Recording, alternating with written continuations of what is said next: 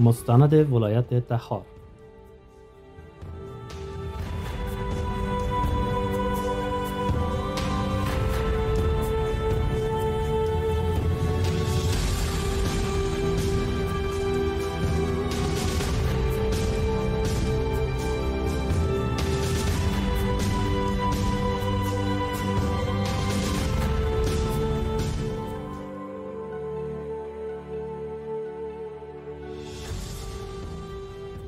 ولایت تخار در شمال شرق افغانستان قرار دارد. سرزمینی که میان کوهستان‌های بلند، دشت‌های پهناور و رودخانه‌های پرآب شکل گرفته و یکی از مناطق زنده و با تراوت کشور محسوب می‌شود.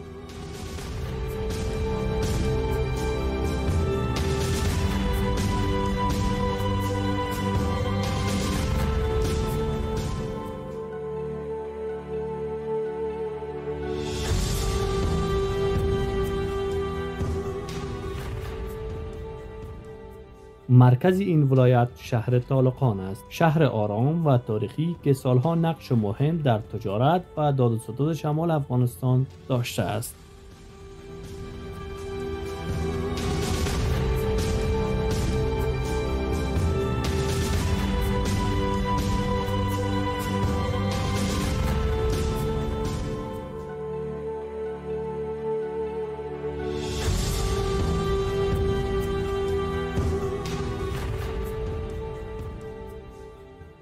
موقعیت جغرافیایی تخار و آن اهمیت ویژه می‌دهد. ولایت تخار از شمال با تاجیکستان و رود بزرگ آمودریا و از شرق با بدخشان و از جنوب با پنجشیر و بغلان و از غرب با ولایت کندز هم مرز است. این جایگاه جغرافیایی تخار را به یکی از مسیرهای ارتباطی میان شمال شرق و شمال مرکزی افغانستان تبدیل کرده است.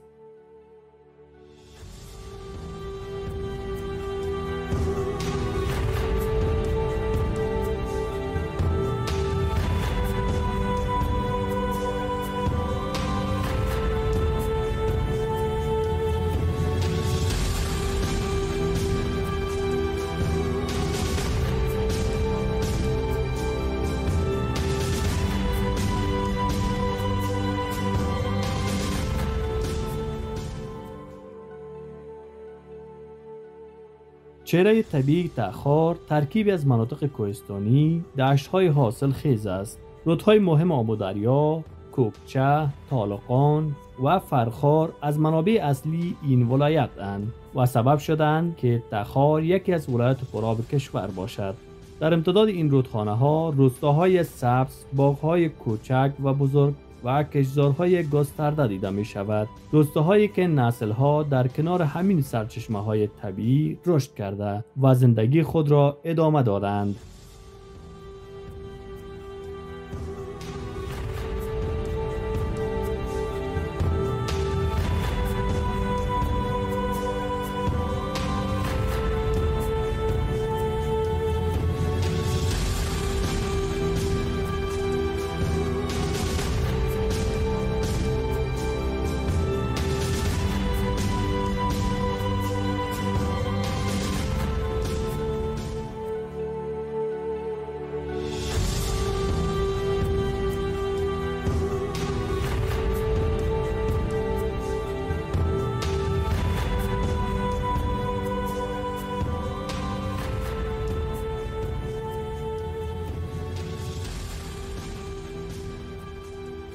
تخار دارای 16 ولسوالی است که هر کدام طبیعت ویژه و خاص را دارند. رستاق یکی از مشهورترین ولسوالی ها پس از طالقان مهمترین مرکز زندگی و تجارت در تخار شناخته می شود. ولسوالی های فرخار، کلفگان، خواجه‌غار، ورسچ، اشکمش، بنگی، چاآب، نمک آب و دیگر ولسوالی ها مجموعی از مناطق متنوع از نظر جغرافیا و زندگی اجتماعی را تشکیل می دهند. در بسیار این ولسوالی ها زندگی روستایی به سادگی و صمیمیت ادامه دارد و طبیعت دست نخورده فضای متفاوتی به آن بخشیده است.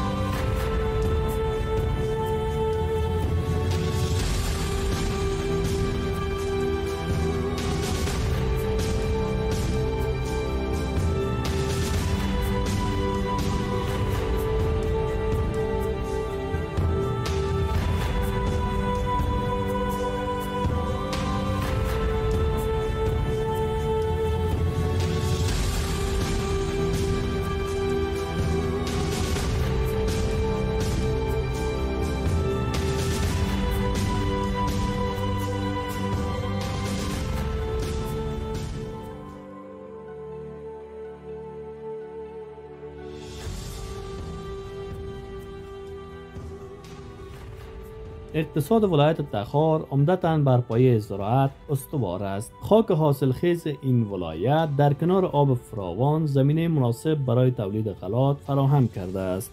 گندم، جو، برنج، زراعت، حبوبات و مهمترین محصولات تخار به شمار می رود. مردم بسیار از ولسوالی ها نسلا در نسل مشغول کشاورزی بودند و کار روی زمین بخش مهمی از زندگی آنان را تشکیل می دهد. علاوه بر زراعت، باغداری نیز بخشی از تخار رونق دارد و باغ‌های انگور، سیب، زردآلو، بادام جلوه زیبایی به طبیعت این ولایت می دهند.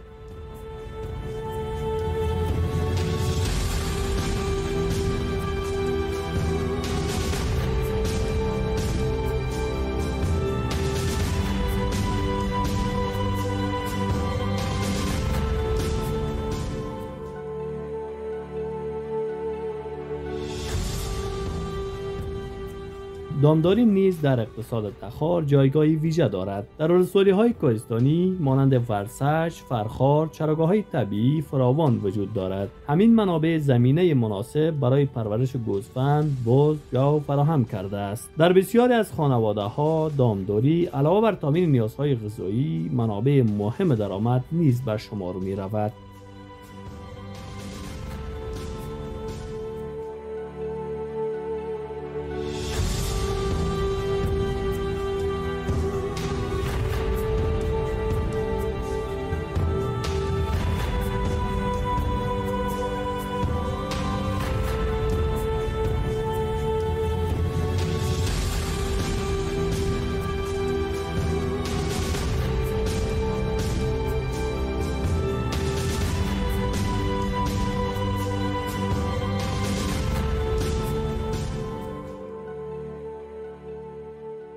مردم تخار با مهمان نوازی، رفتار نرم، صمیمیت مشهورند. فرهنگ و سنت‌های محلی در روستاها و حتی در شهرها هنوز هم جایگاه مهمی دارند. مراسم محلی، آداب مهمانداری و روابط نزدیک میان خانواده‌ها بخش مهمی از ساختار اجتماعی این ولایت را تشکیل می‌دهند. تنوع فرهنگی زیاد در تخار قابل مشاهده است. همین تنوع فضای اجتماعی را رنگین‌تر کرده است.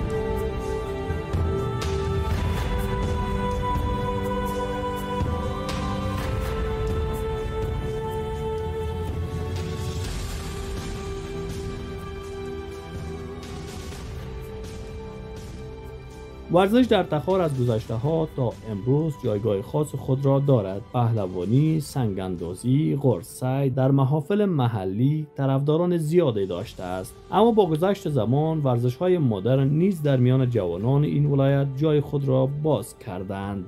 امروز تکواندو، کاراته، والیبال، فوتبال و کرکت در میان نوجوانان و جوانان تخار به طور گسترده رواج دارد و نبود امکانات حرفه‌ای ورزشی از چالش‌هایی است که ورزشکاران تخار با آن روبرو هستند. با این همه علاقه و پشتکار جوانان باعث شد که ورزش در این ولایت همچو فعال و زنده باشد.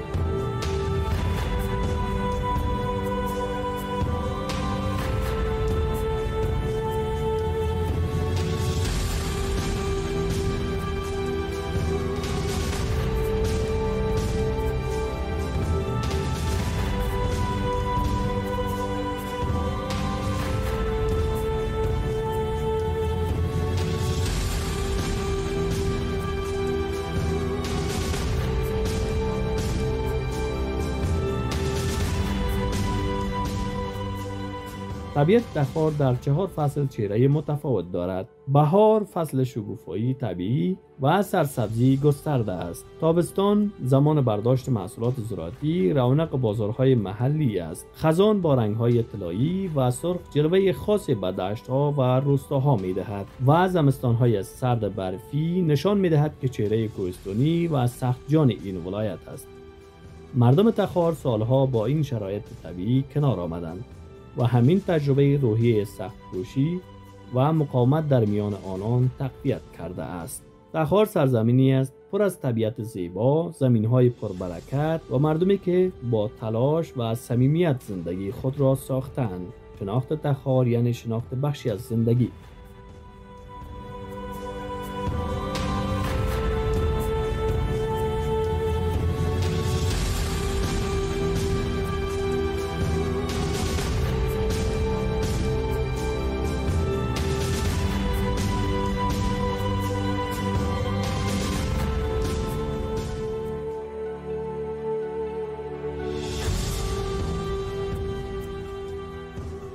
تشکر از شما عزیزان که تا آخرین لحظه این مستند از ولایت زیبای تخار بودید. لطفاً لایک کنید، نظر بدهید و چینل ما را سابسکرایب نمایید تا از مستندهای بعدی ما نیز با خبر شوید. حمایت شما باعث دلگرمی ماست. تا مستند بعدی، الله حافظ و نگهدارتان.